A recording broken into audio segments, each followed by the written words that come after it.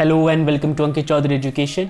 And आज के class में गाइस डिस्कस करने वाले हैं हम पास्ट ईयर के questions again from the chapter electricity class 10th physics.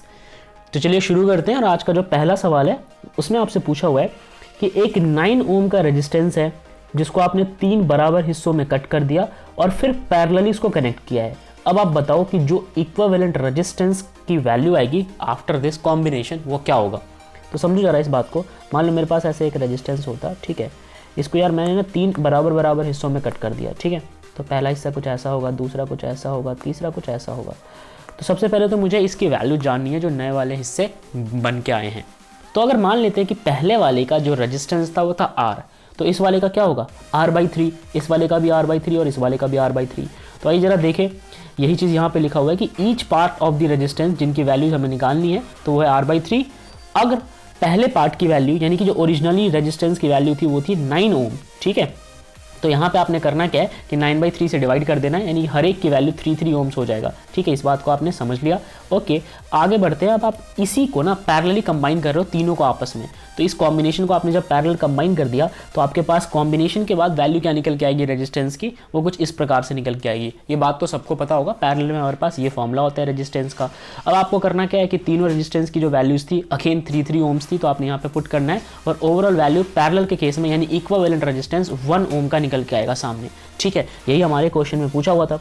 बढ़ते हैं अगले सवाल की ओर। एक प्यारा सा न्यूमेरिकल है जहां आपसे बोला हुआ है कि एक इलेक्ट्रिकल आयरन है जिसको आपने रेट करा है 750 वॉट पे, यानी कि उसका जो पावर कंजप्शन है वो है 750 वॉट और 220 वोल्ट पे वो काम कर रहा है। आपको सबसे पहले तो कैलकुलेट करना है कि उस आयरन के अंदर कितना करंट फ्लो कर रहा है। नेक्स्ट आपको कैलकुलेट करना है कि जो रेजिस्टेंस है जब आप इसको इस्तेमाल में लेते हो उसकी वैल्यू। तो समझते हैं इस न्यूमेरिकल को सॉल्व कैसे करेंगे। स्ट्रेट फॉरवर्ड है, पावर 750 वोल्ट, पोटेंशियल 220 वोल्ट।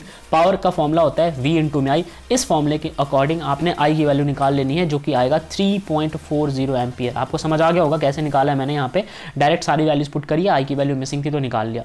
अब हमें रेजिस्टेंस निकालना है तो आपको याद करना पड़ेगा पावर का वो फॉर्मूला जो कि रेजिस्टेंस ऑफर कर रहा हो। तो हमारे पास एक फॉर्मूला होता है V² डिवाइडेड बाई R, जहाँ पे पोटेंशियल की वैल्यू 220 वोल्ट है तो आपने यहाँ पे इसका स्क्वायर करना है। नीचे आपको यहाँ पे लिखना होगा रेजिस्टेंस, बट क्योंकि रेजिस्टेंस तो हमें पता ही नहीं है इस जगह पे, तो हम रेजिस्टेंस को यहाँ भेजेंगे, पावर को नीचे भेजेंगे। अगेन अब पावर आ गया, यहाँ पे P है, आप थोड़ा सा ध्यान से देखिए जरा, यहाँ पे पावर है और पावर की वैल्यू है 750 वॉट। अब जब आप इसे सॉल्व करेंगे तो आपका सॉल्व होकर निकल के आ जाएगा 64.53 ओम, राइट। तो ये रेजिस्टेंस जो है वो ऑफर किया जाता है उस आयरन को। ओके, या फिर यूँ कह लो रेजिस्टेंस ये आयरन हमें इतना ऑफर करता है। अब आपसे पूछा हुआ बहुत इंपॉर्टेंट क्वेश्चन है कि इन दोनों सिंबल्स को जरा ध्यान से देखिए और बताइए कि इन सिंबल से आप क्या समझते हैं। तो सबसे पहले आप समझ लो है एक रेजिस्टेंस का, राइट। और इसकी जब मैं बात करूं तो ये जो सिंबल है ये है वेरिएबल रेजिस्टेंस का, तो आपको इन दोनों में फर्क पता होना चाहिए। चलिए अब डिस्कस करते हैं नेक्स्ट क्वेश्चन जहां आपसे बोला हुआ है कि charge posed by an electron is 1.6 into 10 की power -19 coulomb. Find the number of electron that will flow per second constitute a current of 1 ampere। ठीक है, तो इसके बारे में हमें यहाँ पे पूछा गया, हमें पूछा हुआ है कि भाई नंबर ऑफ जो इलेक्ट्रॉन्स है उनकी संख्या कितनी होगी। चार्ज भाई आपके पास 1.6 into 10 की पावर 19 कूलम दे रखा है, करंट 1 एम्पियर है, तो आपको चार्ज का फॉर्मूला लगाना है। चार्ज का फॉर्मूला होता है Q = NE, right. Q = NE। यहाँ से आप नंबर ऑफ इलेक्ट्रॉन्स निकाल लेंगे, बट उससे पहले आपको ये अप्लाई करना है। तो जब हम अप्लाई करेंगे तो हमारे पास E की वैल्यू तो है ही, ठीक है। अच्छा, इससे पहले भी आपको एक और चीज़ सॉल्व करना पड़ेगा क्योंकि हमें यहाँ पे Q नहीं पता और हमें N भी नहीं पता, तो एटलीस्ट Q तो मालूम होना चाहिए। तो उसके लिए हम फॉर्मूला इस्तेमाल करेंगे करंट का। करंट का फॉर्मूला होता है I = charge flowing per unit time, right. Current की वैल्यू 1 एम्पियर दे रखी है, टाइम जो है वो 1 सेकेंड दे रखा है, तो आपने यहाँ पे पुट करके यहाँ से चार्ज निकाल लेना है। चार्ज आएगा आपका 1 कूलम। अब इसकी जगह पे आप 1 पुट करोगे, राइट। तो अब यहाँ पे ध्यान से देखो, चार्ज की जगह हमने यहाँ पे पुट कर दिया है 1, ठीक है। अब कैसे आया इस बात को समझो। इलेक्ट्रॉन को आप नीचे भेज दो तो n की वैल्यू रह जाएगी इस तरह, तो ये आ जाएगा Q/E = n और हमें यही n निकालना है। ओके, तो अगर मैं यहाँ पे Q की जगह 1 पुट करूँ और E की जगह 1.6 into 10 की पावर 19, आप इस चीज़ पे ध्यान मत दो, ठीक है। यहाँ पे केवल ऊपर 1 रखो, नीचे 1.6 into 10 की पावर -19 रखो, तो आपके पास ओवरऑल n की वैल्यू निकल के आएगी 6.25 into 10 की पावर 18 इलेक्ट्रॉन्स। चलिए डिस्कस करते हैं नेक्स्ट क्वेश्चन जहाँ पे आपसे बोला हुआ है कि एक बल्ब है 24 वॉट का, जब आप उसको कनेक्ट करते हो 12 वोल्ट बैटरी के साथ तो आपको बताना है कि इसका इफेक्टिव वोल्टेज क्या होगा if it operate on a 6 volt battery, right.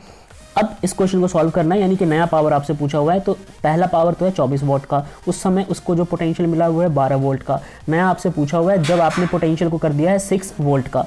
तो सिंपल हमारे पास फॉर्मूला होता है P is equals to V square divided by are.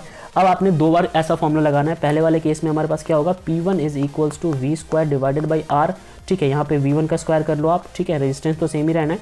दूसरे केस में हो जाएगा P2 is equals to V2 square divided by R. दोनों को डिवाइड करा दो P1 और P2 को, और आपके पास यहाँ पे ये आंसर निकल के आ जाएगा। अभी मैं सिर्फ हिंट दे रहा हूँ, अब मैं उम्मीद करता हूँ आपकी अंडरस्टैंडिंग इतनी होगी कि आप इन क्वेश्चन को सॉल्व कर पा रहे हैं, ठीक है। तो P1 डिवाइडेड बाई P2 कर दो, इधर राइट हैंड साइड वाले जो टर्म्स है एक दूसरे के ऊपर चले जाएंगे। अगर यहाँ पे P1 है तो अगेन यहाँ पे V1 होगा, यहाँ पे P2 है तो यहाँ पे V2 होगा। रेजिस्टेंस आपको पता है सेम है, इसलिए कट जाएगा, ठीक है। उसके बाद आपने इन सारी वैल्यूज़ को पुट कर लेना और यहाँ से आपको क्या निकल के मिल जाएगा, ये P2 निकल के मिल जाएगा, और जो कि निकल के आएगा 6 वोल्ट का। यानी कि जब आप उसको 6 वोल्ट के साथ कनेक्ट करोगे तो जो P2 की वैल्यू है वो है 6 वोल्ट। यहाँ पे मेरा साथ खत्म। अब स्क्रीन पे दिए गए कुछ क्वेश्चंस को आपको सॉल्व करके लाना है। इन क्वेश्चंस को आप अच्छे से सॉल्व कर लीजिएगा और कमेंट बॉक्स में इसका आंसर कीजिएगा। मिलते हैं अगली क्लास में। जय हिंद।